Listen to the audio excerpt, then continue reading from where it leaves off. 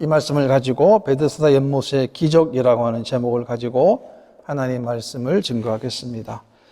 우리 인간은 하루에 1분에 16번 정도 호흡을 한다고 합니다. 숨을 쉬는 것이, 호흡하는 것이 1분에 16번인데, 그러니까 하루 동안에 호흡이 몇 번인지 혹시 아시겠습니까? 1분에 16번이면 이 호흡이 하루에 2만 번이 넘습니다. 우리가 숨 쉬는 호흡이 하루에 2만 번이 넘습니다.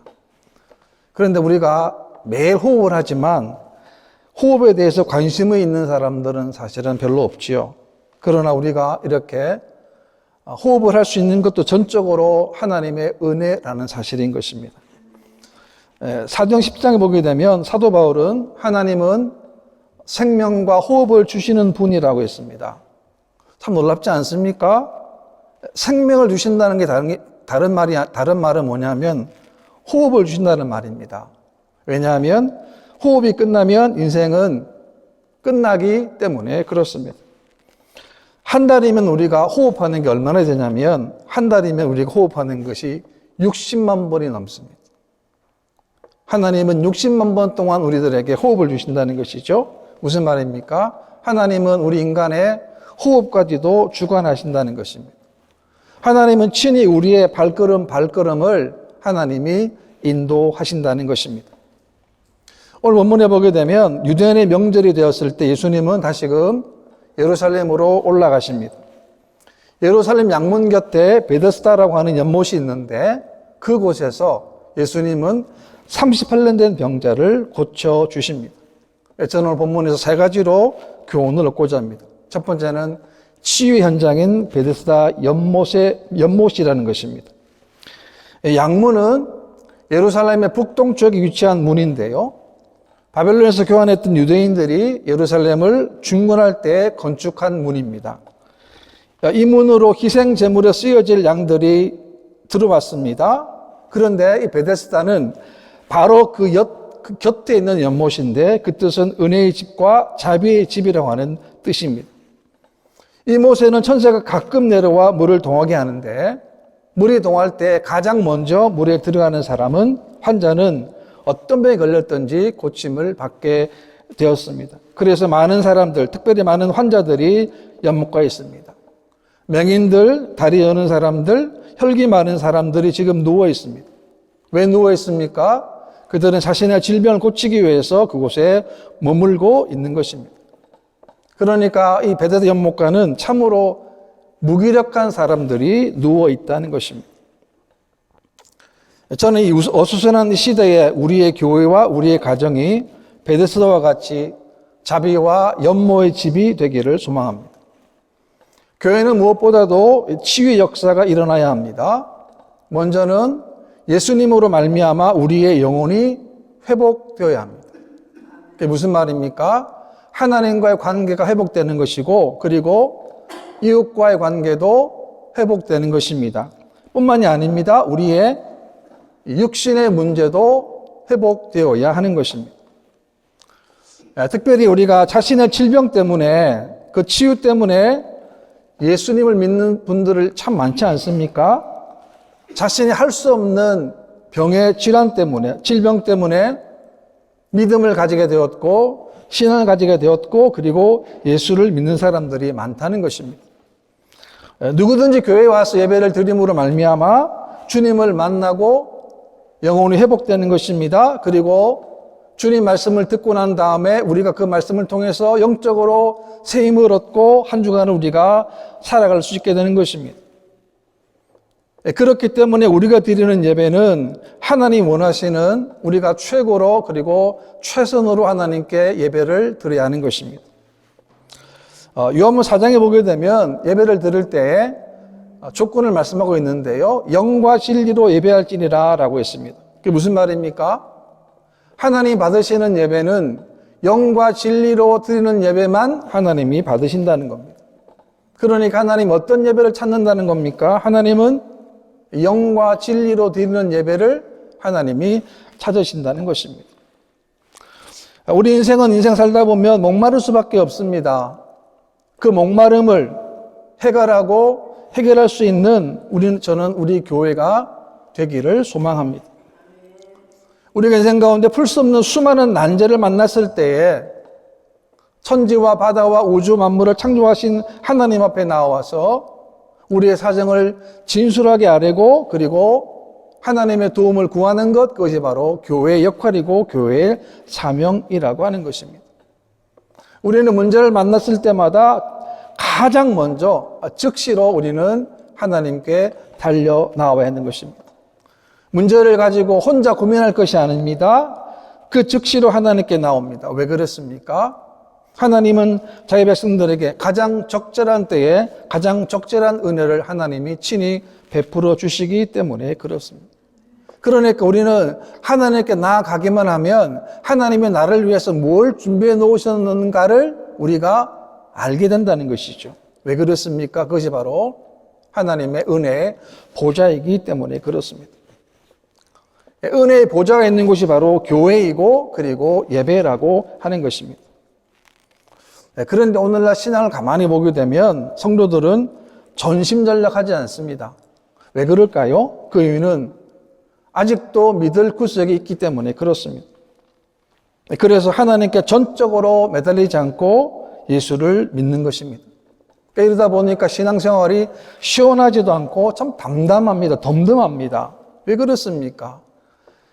하나님을 전적으로 믿어야 되는데 그러지 못하기 때문에 그렇습니다. 우리 신앙 가운데, 우리 믿음 가운데 하나님의 은혜보다 더 귀한 것이 어디에 있습니까? 없습니다. 그렇기 때문에 우리들은 하나님의 은혜를 구하고 또 구하는 믿음과 신앙을 가져야 되는 것입니다. 왜 그렇습니까? 하나님의 교회를 세우신 이유가 바로 여기에 있기 때문에 그렇습니다. 세상이 혼란합니다. 혼탁해요. 그럴수록 우리가 해야 할 일이 뭡니까? 세상으로 우리의 거룩한, 정결한, 깨끗한 물을 세상으로 흘려보내는 겁니다. 우리가 받은 하나님의 은혜와 하나님의 축복을 어떻게 합니까? 나 혼자만 간직하는 것이 아니라 세상 가운데 계속으로 보내는 겁니다. 그래서 교회는 살리는 것 아니겠습니까? 영혼을 살려야 되고 가정을 살려야 되고 자녀를 살려야 되는 것 아니겠습니까? 어떻게 가능합니까? 이것은 바로 오직 하나님의 은혜라고 하는 것입니다. 마태복음 10장에 보게 되면 예수님께서 제자들을 부르시고 그들에게 더러운 것 귀신을 쫓아내며 모든 병과 모든 약한 것을 고치는 권능을 주시니라 라고 했습니다. 왜 예수님 제자들에게 이런 권능을 주셨을까요? 그것은 다른 것이 아니라 그들을 통해서 하나님 나라를 보여주라는 거예요. 하나님 나라의 권능을 보여주라는 겁니다. 세상 가운데 우리가 자녀의 권세를 세상 가운데 보여주라는 것입니다. 그래서 예수님께서는 그들에게 권능을 주셨습니다. 베드로와 요한의 성전 매문에 앉으면 고치지 않습니까? 어떻게 고쳐줍니까? 다른 것이 아닙니다. 예수 그리스도의 이름으로 고쳐준다는 거예요. 성경에 보게 되면 은과 금은 내게 없거니와 내게 있는 이것을 내게 주노니 나사렛 예수 그리스도의 이름으로 일어나 걸어라 라는 거예요. 내 힘이 아닙니다. 내 능력이 아닙니다. 내 경험 아닌 거예요. 뭡니까? 예수님의 이름, 예수님의 능력으로 일어나라는 거예요. 그렇습니다. 우리가 지금 이 순간에 오늘 지금 절박한 게 뭡니까? 바로 예수님의 이름을 외치는 것이고 예수님의 능력을 외치는 겁니다. 예수님의 구원을 외치는 겁니다. 왜? 너무도 많은 성도들이 지금도 주저앉아 있기 때문에 그렇습니다. 우리는 팬데믹을 맞이해서 오랫동안 예배를 성전에서 못 드렸습니다. 이런 일들 때문에 이제는 마음이 해이해질 수 있다는 거예요. 아, 교회를 안 나가도 되는구나. 집에서 예배 드려도 되는구나. 이런 점점 아니라는 생각을 가질 수도 있다는 거예요. 아닙니다. 그렇지 않습니다. 성도는 함께 모이는 거예요. 왜? 하나님이 모이기 위해서 하나님의 교회를 만들어 주셨고 세워 주셨기 때문에 그렇습니다. 그 다음에 두 번째는 가장 도움이 절실한 38년 된 환자를 주님이 찾아가셨다는 것입니다. 수많은 환자들이 그곳에 있지 않습니까? 그런데 그 중에 38년 동안 병으로 고생한 사람을 예수님이 찾아가셨습니다. 우리가 인생을 가만히 보면은 38년 동안 병으로 신음하고 있다 하면 상상을 해보십시오. 얼마나 고통스러웠겠습니까? 얼마나 힘들었겠습니까? 그런데 이 환자는 연못을 떠날 수가 없습니다. 왜 그렇습니까? 가끔 천사가 못에 내려와 물을 동하게 하는데 그때 제일 먼저 들어가기만 하면 자신의 병이 치유받기 때문에 그렇습니다. 네, 그런데 이 환자는 치유받기가 불가능합니다. 왜 그렇습니까? 자신이 내려가는 도중에 다른 사람이 먼저 못으로 내려가기 때문에 그렇습니다. 그러니까 아무런 도움을 받을 수 없는 상황에 처해 있습니다. 그 사람에게 예수님이 찾아가셨다라고 하는 것입니다. 그러니까 예수님이 이 연못에 간 이유는 뭡니까? 바로 이 사람을 고치기 위해서 예수님이 연못가에 찾아가신 것입니다. 가장 절망적인, 아니 더 이상의 치유를 받을 수 없는 환자에게 주님이 찾아가신 것입니다. 마찬가지 아닙니까? 오늘 우리 주님이 우리를 왜 찾아주셨습니까? 왜 우리를 구원하셨습니까? 왜 우리에게 말씀하셨습니까? 다른 것이 아닙니다. 우리를 구원하시기 위해서 그렇습니다. 예수님은 성경 안에서만 계시는 분이 아닙니다. 예수님은 지금도 우리와 함께 계십니다.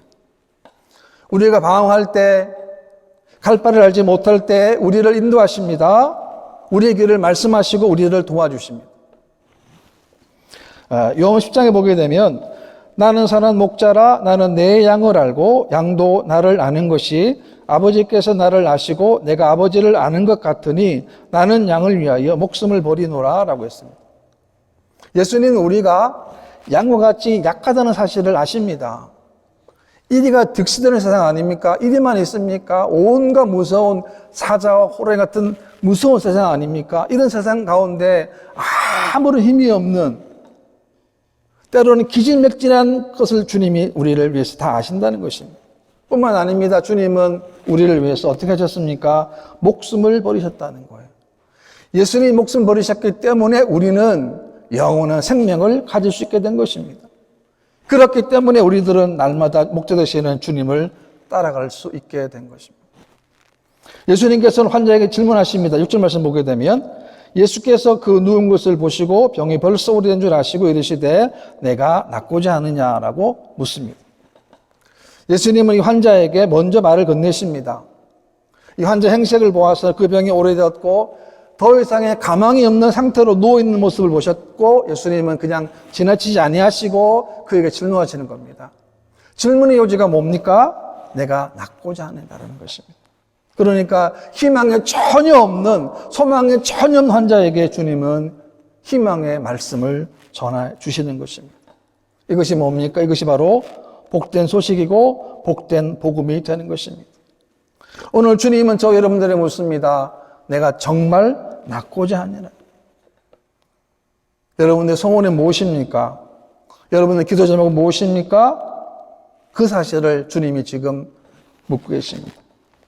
저는 우리 세익교회가 더욱 부흥되고 우리 모든 성도님들이 영적으로 강건해지고 잘 되고 범사가 잘 되고 그리고 축복의 통로가 되는 것입니다. 물론 아직까지 팬데믹 영향이 남아있기는 하지만 우리가 지금 다 같이 어려운 시기를 다 보내고 있지만 분명한 사실은 하나님이 우리와 늘 함께 하신다는 거예요. 하나님은 우리를 늘 지켜보고 계신다는 사실을 믿으시기를 바랍니다. 이게 뭡니까? 이것이 바로 진정한 믿음입니다. 그때 병자가 이렇게 답합니다. 7절 말씀 보게 되면 병자가 대답하되 주여 물이 움직일 때에 나를 못에 넣어주는 사람이 없어 내가 가는 동안에 다른 사람이 먼저 내려가나이다 라고 했습니다. 그게 무슨 말입니까?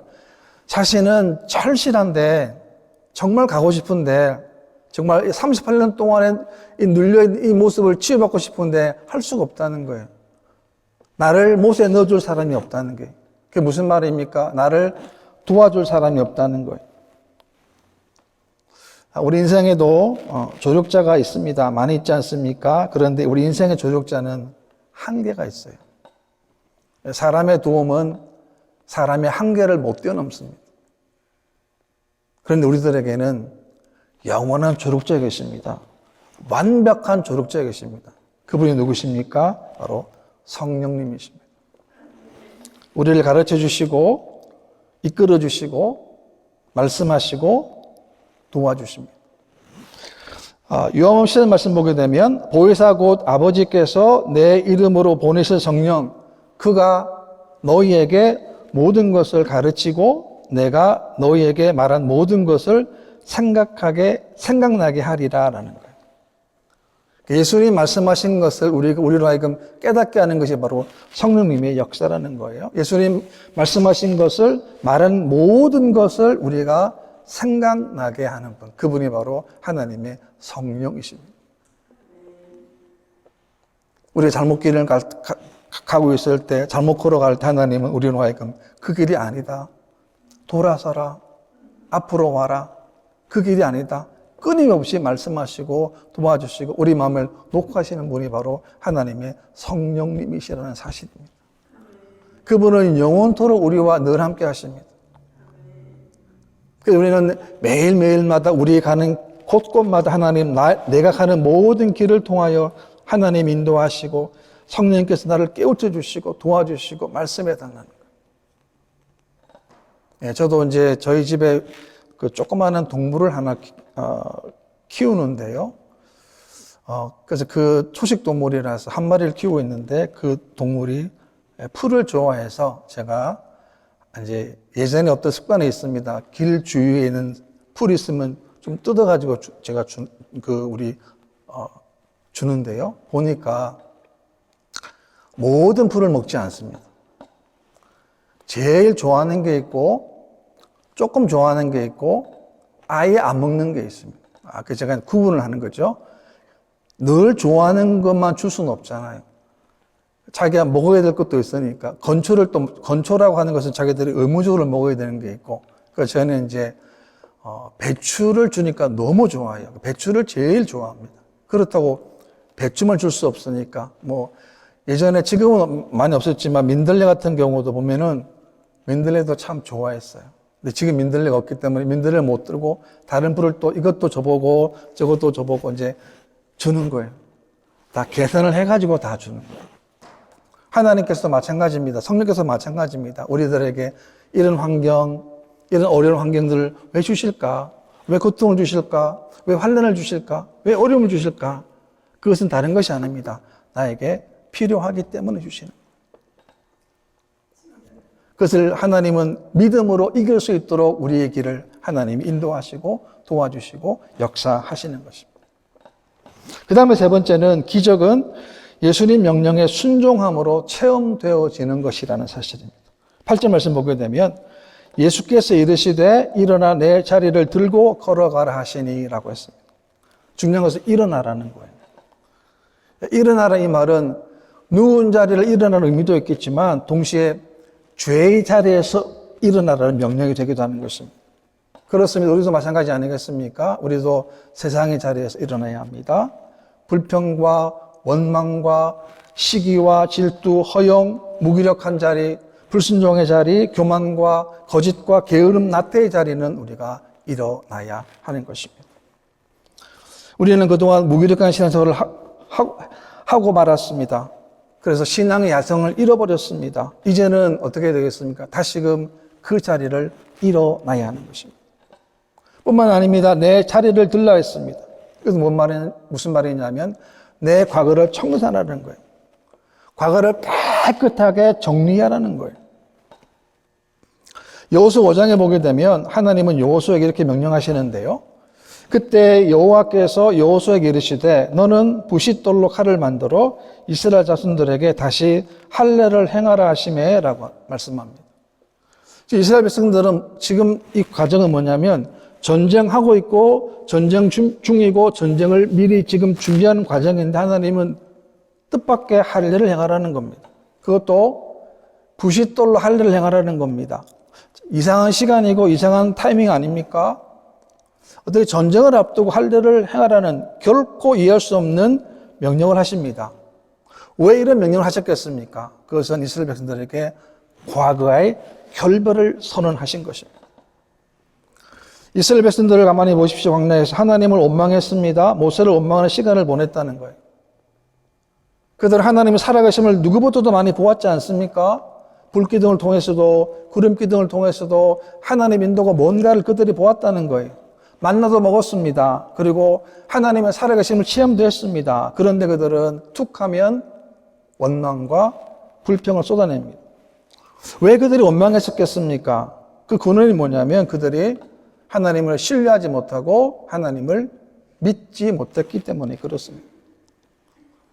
그 결과로 출애굽 1세대들 어떻게 됩니까? 광야에서 다 죽게 되는 거예요. 여호수아 갈렙을 제외한 모든 사람들이 다 죽게 되고 이제 출애굽 2세대들만 가나안으로 들어가게 하시는데 이 중요한 시점에 하나님은 그들에게 할례를 행하라고 하십니다. 무슨 말입니까? 더 이상의 불신앙의 태도는 안 된다는 거예요. 더 이상의 불신앙에 대해서는 안 된다는 거예요. 왜 그렇습니까? 하나님이 지금도 여전히 살아 계시기 때문에 그렇습니다. 왜 문제가 계속 문제로 있는 겁니까? 문제만 보지 하나님 보지 않기 때문에 그래요. 우리가 문제 보입니까? 그러면 그 즉시로 우리는 하나님을 보시기를 바랍니다. 왜 그렇습니까? 하나님은 그 순간에도 역사하시기 때문에 그렇습니다. 또 하나 뭡니까? 걸어가라는 거예요. 모든 것을 다 잊어버리고 예수님만 향하여 앞으로 걸어갈 것을 명령하고 계시는 것입니다. 우리 인생도 마찬가지입니다. 예수님이 말씀하시면, 예수님 명령하시면 우리는 그 길을 가기만 하면 다 되는 거예요. 비록 어려움이 있어도, 아픔이 있어도, 고난이 있어도 일단은 주님이 말씀하신 그 길을 따라가게 되면 하나님이 분명하게 놀라운 역사를 이루실 줄 믿으시기를 바랍니다. 그것이 뭡니까? 그것이 바로 기적이라는 것입니다. 사실은 지금 예수님의 명령은 이 38년 병자에게는 불가능한 일을 하도록 하라는 명령 아닙니까? 일어설 수 없는 사람에게 일어서라고 말씀하신 거예요. 기적은 바로 여기서 시작되는 겁니다. 예수님께서 밤새도록 고기 한 마리 잡지 못했던 베드로에게 타치 깊은 곳에 가서 그물을 내려 고기를 잡으라고 말씀하십니다. 바뀐 것이 아무것도 없습니다. 밤새도록 그 바다에서 그 그물로 그 배로 고기를 잡았는데 한 마리 잡지 못했습니다. 그러니까 마음이 얼마나 속상했겠습니까? 그러나 베드로는 밤새 고기 한 마리 잡지 못했지만 다시 말씀에 의지하여 그물을 내리겠습니다라고 고백을 하고 실제로 그물을 내렸습니다. 그러니까 기적은 언제 나타났습니까? 베드로가 그 바다에 그물을 내릴 때에 일어나게 된 것입니다. 그렇습니다. 하나님의 능력은 인간의 노력을 무시하지 않는다는 거예요. 무슨 말입니까? 아무것도 하지 않으면 아무것도 바랄 수가 없는 것입니다. 주님 말씀하시면, 주님 명령하시면 우리는 즉시로 그 말씀에 아멘 해야 될 줄 믿으시기를 바랍니다. 이것이 뭡니까? 이것이 바로 기회를 내 것으로 삼는 것입니다. 이걸 이렇게 해야 하나님의 기적이 우리 삶 가운데 경험되어지게 되는 것입니다. 근데 오늘날에는 신앙을 가지고 있지만 기적을 보기 힘듭니다. 그 이유가 어디에 있을까요? 그 이유는 우리가 순종함이 결여되었기 때문에 그렇습니다. 그렇다면 왜 순종하기 어렵습니까? 그것은 하나님 말씀보다 내 생각이 앞서는 겁니다. 하나님 생각보다, 하나님 말씀보다 내 계산이 앞서게 되는 거죠. 그래서 하나님 말씀임에도 불구하고 순종하지 못합니다. 순종하지 못하기 때문에 하나님의 기적을 보지 못하는 겁니다. 그게 무슨 말입니까? 우리는 항상 내 생각, 내 계산이 아닙니다. 하나님 말씀이 가장 앞서야 됩니다. 그리고 우리는 언제나 하나님 말씀하시면 우리가 그 말씀에 순종하는 삶이 되어야 그 순종을 통해서 하나님이 역사를 일으켜 세워주시는 것입니다. 9절 말씀 보게 되면 그 사람이 곧 나와서 자리를 들고 걸어가니라 라고 했습니다. 얼마나 기뻤겠습니까? 38년 동안에 그 짓눌려 있던 그 환부, 그 아픔들이 한순간에 깨끗하게 나왔다는 거예요. 얼마나 기뻤겠습니까? 얼마나 기뻤겠습니까? 오늘 우리가 이런 모습 회복되어야 됩니다. 왜 그렇습니까? 이 주님이 바로 우리의 주님이시기 때문에 그렇습니다. 그분이 우리 손을 항상 잡아주십니다. 우리의 길을 인도하시고 말씀하시고 도와주십니다. 왜 주일 예배를 드립니까? 예배를 통해서 우리가 말씀을 듣습니다. 말씀을 통하여 우리가 깨우침이 있습니다. 그리고 우리가 한 주간 동안에 우리가 주신 말씀대로 우리가 넉넉하게 묵묵히 걸어가게 되면 그 길을 통하여 하나님이 역사하기 때문에 그렇습니다. 하나님의 사랑은 변함이 없습니다. 어떻게 알 수 있습니까? 우리가 어떤 실수를 해도 회개하면 하나님이 용서하시기 때문에 그렇습니다. 이 용서를 통해서 우리는 뭘 깨닫습니까? 하나님의 사랑을 깨닫게 되는 것입니다. 그래서 하나님은 우리를 어떻게 하든지 기엽고 반드시 하나님의 사람으로 만들어 가시는 거예요. 어떻게 만들어 갑니까? 그것이 바로 하나님의 사랑이라고 하는 것입니다. 우리가 넘어집니다. 때로 좌절합니다. 실망합니다. 답답합니다. 그래도 하나님은 다시금 우리를 붙들어 주시는 것입니다. 하나님 우리를 선택하셨기 때문에 끝까지 우리를 책임지시는 줄 믿으시기를 바랍니다. 그래서 우리들은 하나님께 늘 감사할 수밖에 없습니다. 우리 삶을 한번 뒤돌아보십시오. 만약 내가 가고 싶은 대로 했다면, 하고 싶은 대로 했다면 우리 인생이 어떻게 되었겠습니까? 하나님이 순간순간 우리 길을 다 막아주셨, 잘못된 길, 죄악된 길을 막아주시고 또 막아주셨습니다. 그래서 오늘 우리가 예수님 안에 이렇게 예배를 우리가 하나님께 드릴 수 있게 된 것입니다. 이것은 앞으로도 마찬가지일 것입니다. 우리가 잘못된 길을 가면 하나님은 또 그 길을 또 막으십니다. 왜 그렇습니까? 가면 망하기 때문에. 어려움도 주고 환난을 주고 시험을 주는 이유가 뭡니까? 그 길이 잘못된 길인 것을 우리로 하여금 깨우치게 하기 위해서 하나님이 잘못된 길을 막으시는 것입니다. 그렇습니다. 우리 인생 가운데도 우리가 이 난제들을, 매임을 할 수 있는 문제들을 어떻게 되겠습니까? 그러므로 우리는 주님 앞에 가지고 와서 주님께 우리가 아뢰고 간구해야 되는 것입니다. 마태복음 11장 보게 되면 수고하고 무거운 짐진 자들아 다 내게로 오라 내가 너희를 쉬게 하리라 라고 했습니다. 여러분 쉴 곳이 어디입니까?